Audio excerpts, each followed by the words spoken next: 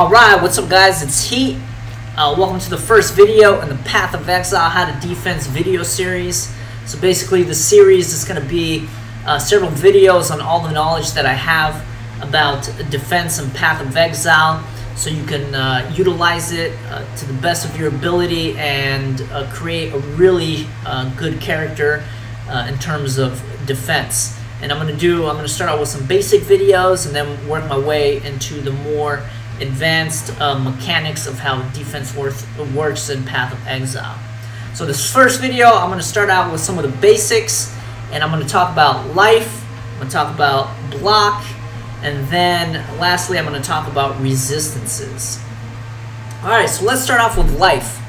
So basically, how do you get life? Well, there are several ways you can get life. One is you get it implicitly while leveling. So every time you level up, you get a flat plus 12 life points to your mana pool.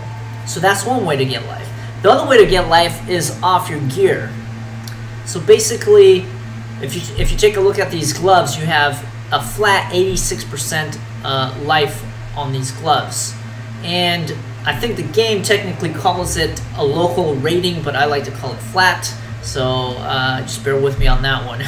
So this ring will give you 67 flat maximum life. So that is other ways you can increase, your maximum life.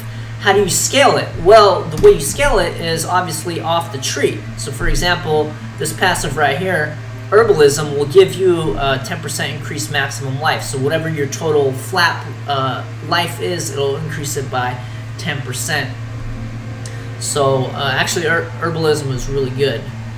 The other way you can scale it is there are certain uniques, for example Belly of the Beast, which will give you a percent to your maximum life, just like we saw with Herbalism.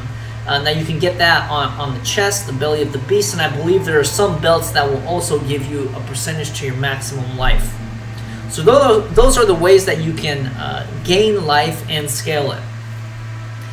Now, what is a good life amount to have in your life pool? So it depends on the build, right? If you're playing a summoner, for example, I don't think you need as much life as other characters. Like a summoner, you can use your minions to block damage, and you can even have specters from the Dominus area that will basically block damage, that will have a shield and block damage for you. So you don't need as much. I would say for summoners, you can probably pull it off with like low to mid 3,000 range, depending on how safe you play and what kind of curses you use and your other defensive mechanisms that you apply to your summoner. But around that range, you can probably pull it off.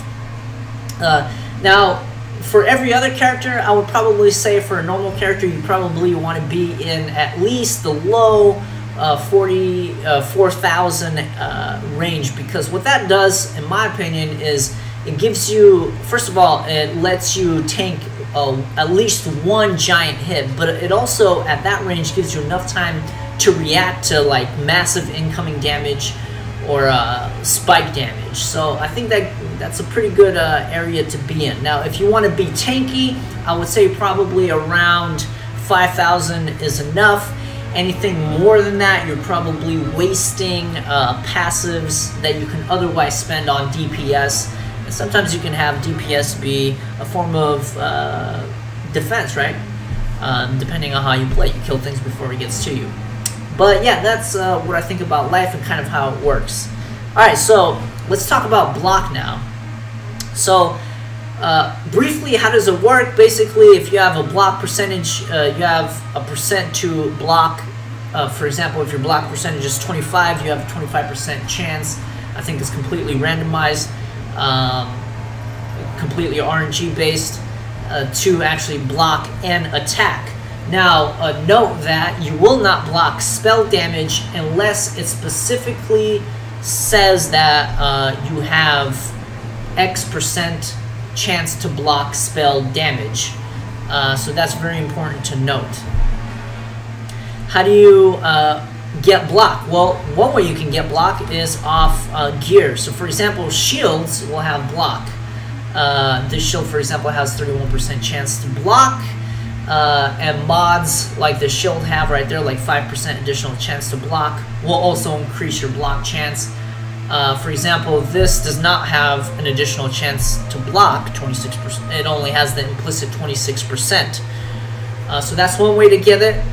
Other ways to get it is staffs implicitly have a block chance. So for example, 12% chance to block right there. And another interesting way to get it is if you dual wield weapons, the game will by default give to you 15% chance to block. So dual wielding, you get an implicit 15% chance to block, a baseline.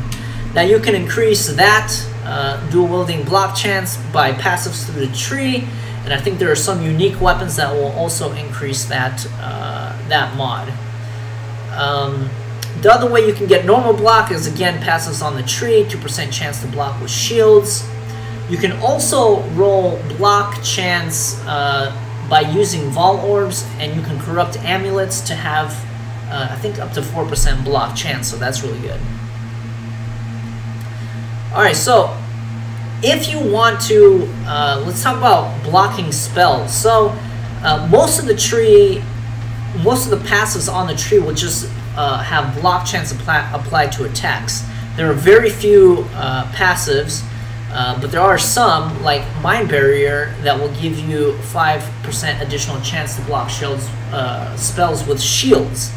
So there's a premium, in my opinion, and it's really sought out to have block chance on your spells because it's really scarce on the tree.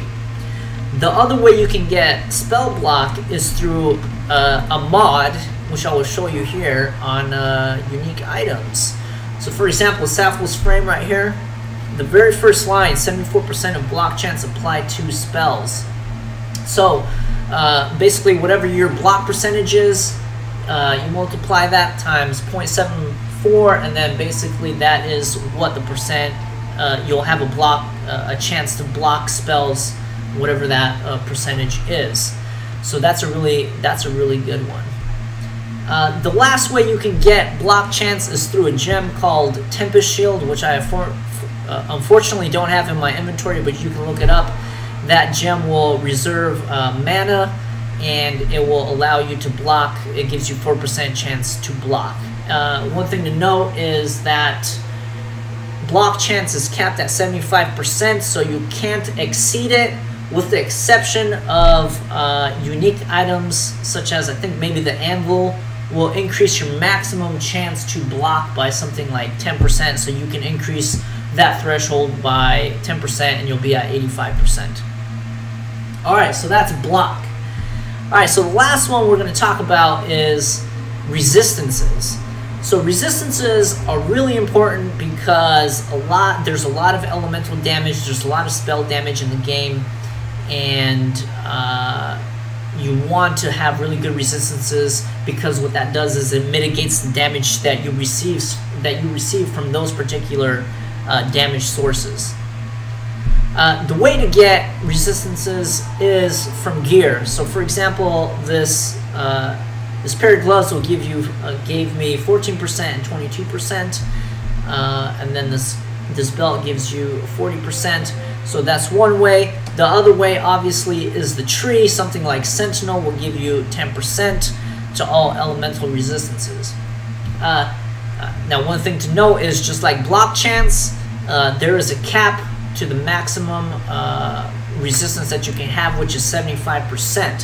However, you can exceed this percentage through the tree and through some gems. So, for example, if we take a look at this this passive right here, this notable Survivalist, it will increase your maximum cold resistance by 1%. So instead of 75, you can have 76. Now that doesn't seem like a lot, but from my experience, there's like an exponential gain in damage mitigation just by that 1% extra. It's pretty crazy how efficient and effective an additional chance, an additional resistance adds to your defenses.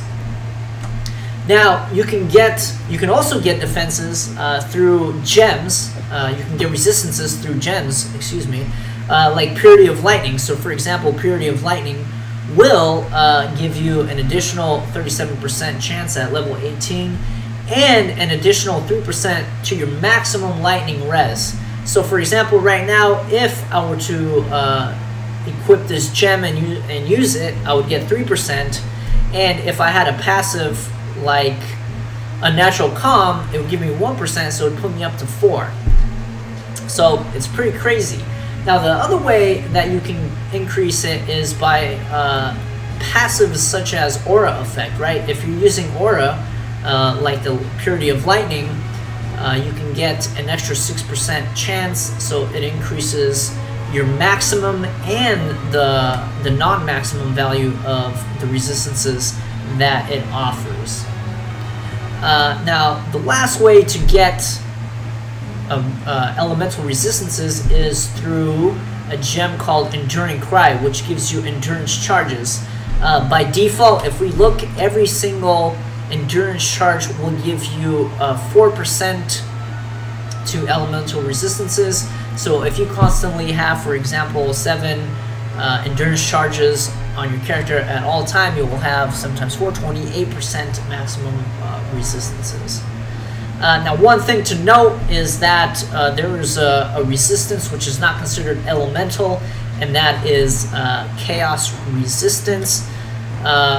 The thing about chaos is it's kind of scarce on gear, and it doesn't have as much chaos resistance on the mods. So what do I mean by that? So if we take a look at, for example, this helmet. This helmet has 39% lightning resist. The maximum that you can get is 45%. However, with chaos, the maximum that you can get is actually only 30%.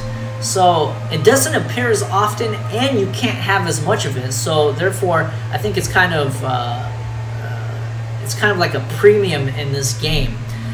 But one thing to note is that there aren't a lot of damage sources in the game that will do chaos damage. So having too much chaos resistance is kind of a waste, and you can kind of get away with it with kind of low chaos resistance because you can react to it, and there isn't that much damage source of chaos in the game to begin with. The last thing about resistances is every difficulty level has a penalty.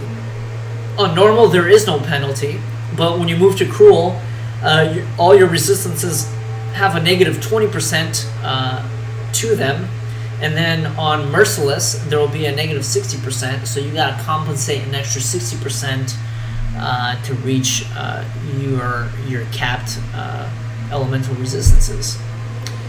So that is the first video on the Path of Exile, how to defense video series. I hope you learned something. In the next video, I'm going to talk about armor, I'm going to talk about evasion, and I'm going to talk about energy shield. Alright, cool. Thanks for watching, guys.